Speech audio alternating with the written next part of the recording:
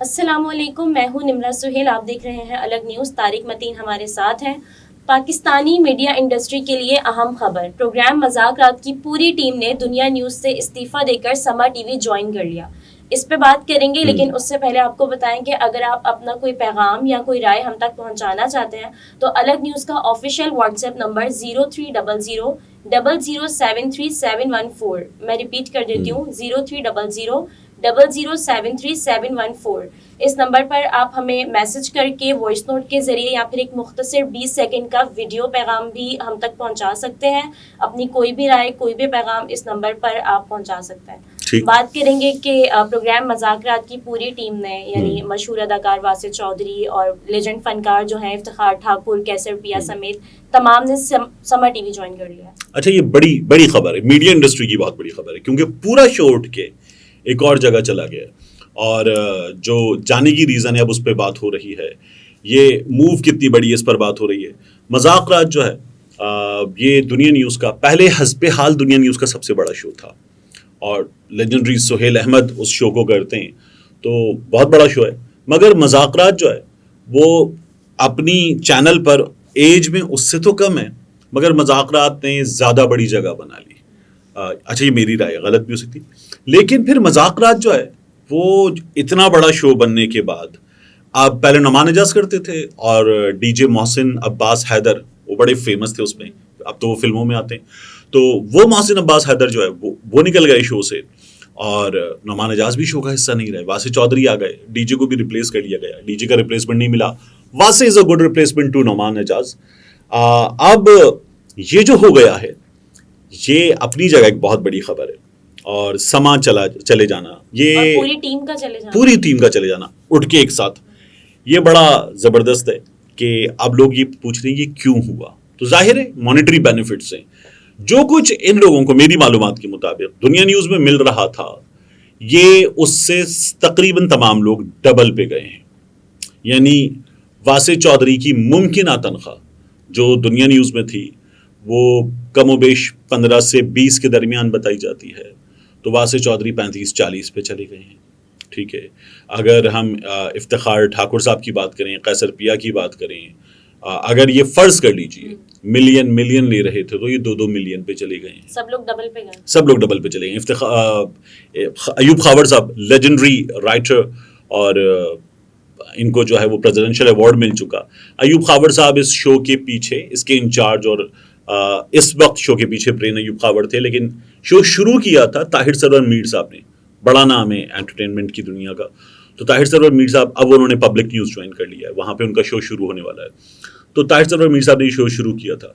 तो ये जो तमाम टीम है ये उठ के चली गई समा। अब समा जो अलीम खान साहब का समा है, इस समा ने उनके आने के बाद काफ़ी चेंजेस की। पहले समा हम देखते थे कराची से हो रहा था और पूरे मुल्क में चल रहा था।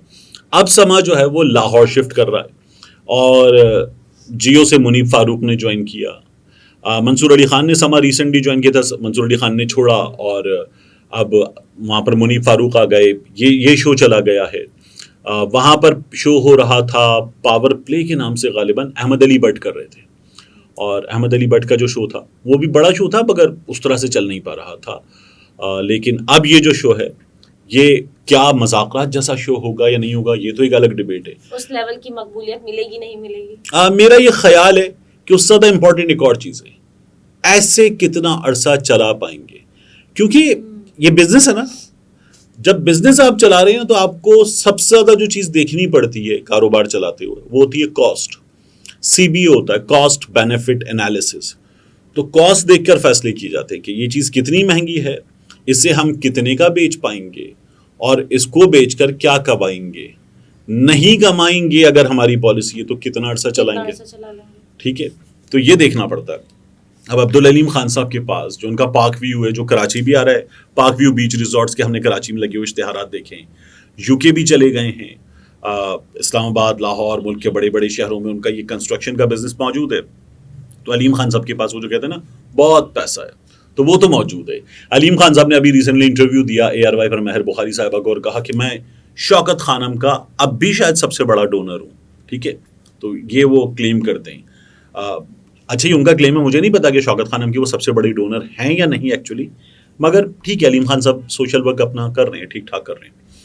तो अब ये इस शो को कैसे चलाएंगे, क्योंकि इस शो का जो कॉस्ट बेनिफिट एनालिसिस निकाला जाएगा, जब कॉस्टिंग होगी तो तमाम शो का सैलरी बिल, फिर उसके बाद शो के दीगर खर्चे, इलेक्ट्रिसिटी बिल और पूरे चैनल की टीम की जो कॉस्ट का यूनिट है, उस यूनिट का एक हिस्सा इस शो पर भी आकर फॉल करेगा, फिर तमाम कॉस्ट निकलेगी। उसके बाद इश्तिहारात कितने चला लेगा ये।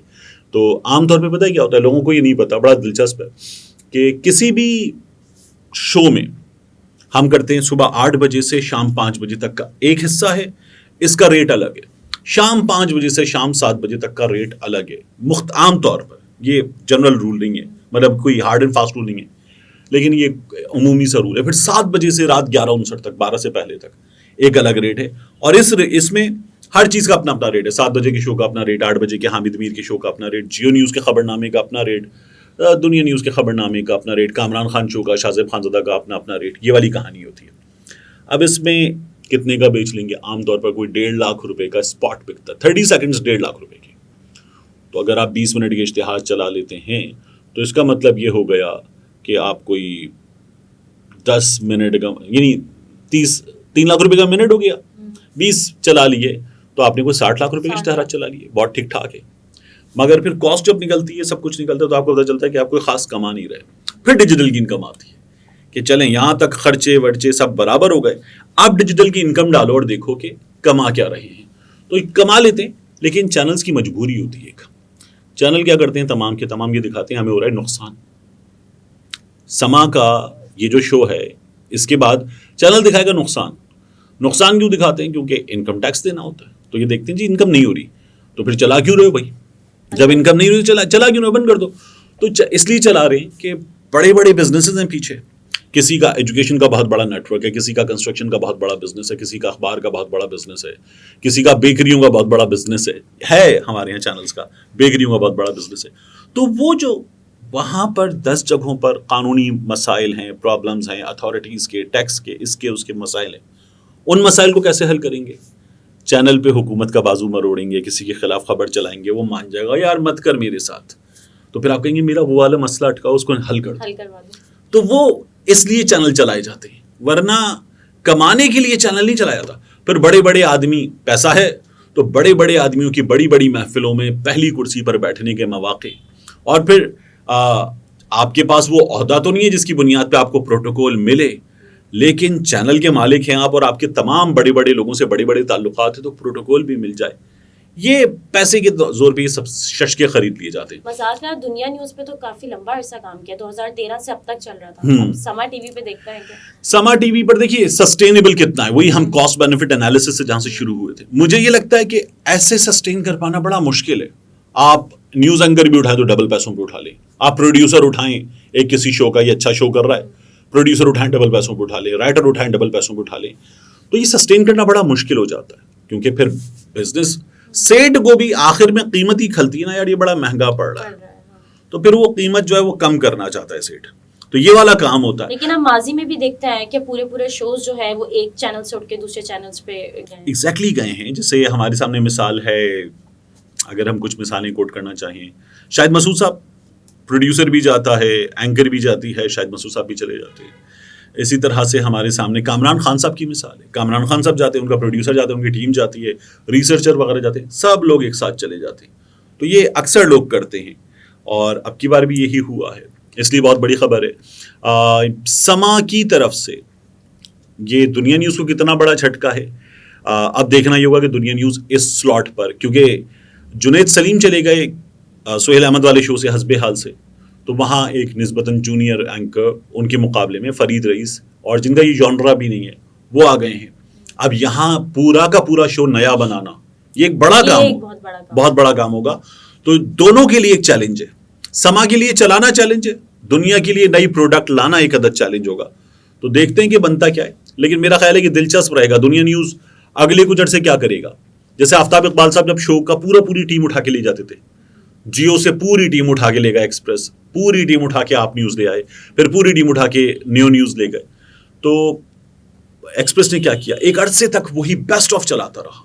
अब बेस्ट ऑफ में क्या होता है, आप पूरा शो भी जो करंट अफेयर्स की नई ताज़ा चीज़ें हैं वो नहीं चला सकते, तो आप ये करते हैं बेस्ट ऑफ में तमाम जुगतें, तमाम कॉमेडी पीसेस जोड़ के एक शो बना देते हैं। वो कई बार ओरिजिनल से ज़्यादा अच्छा चल जाता है, क्योंकि लोगों को अगर कॉमेडी देखनी है तो बाकी मिल ही नहीं रहा, सिर्फ कॉमेडी मिल रही है भर के, तो लोग बड़ा एंजॉय करते हैं। यहाँ ये पॉसिबिलिटी है और ठीक ठाक है कि ये लोग जो है वो मजाकरात के बेस्ट ऑफ उठाएं और उठा के कुछ 2-4 महीने चलाएं और इतनी रेटिंग ले जाएं कि बोले यार हमें अब खर्चा करके नया शो बनाना उसकी ज़रूरत ही नहीं है, ऐसे ही चलाते हैं। तो ये भी बहुत मुमकिन है कि वो चलाएं और चलाते चले जाएं, लेकिन नई प्रोडक्ट लानी होगी और नई प्रोडक्ट लाना भी कदर चाली चुका। सही। नाज़रीन, गुफ्तगू आपने मुलाहिज़ा फरमाई। तारिक मतीन हमारे साथ थे। इजाज़त दीजिए, अल्लाह हाफ़िज़।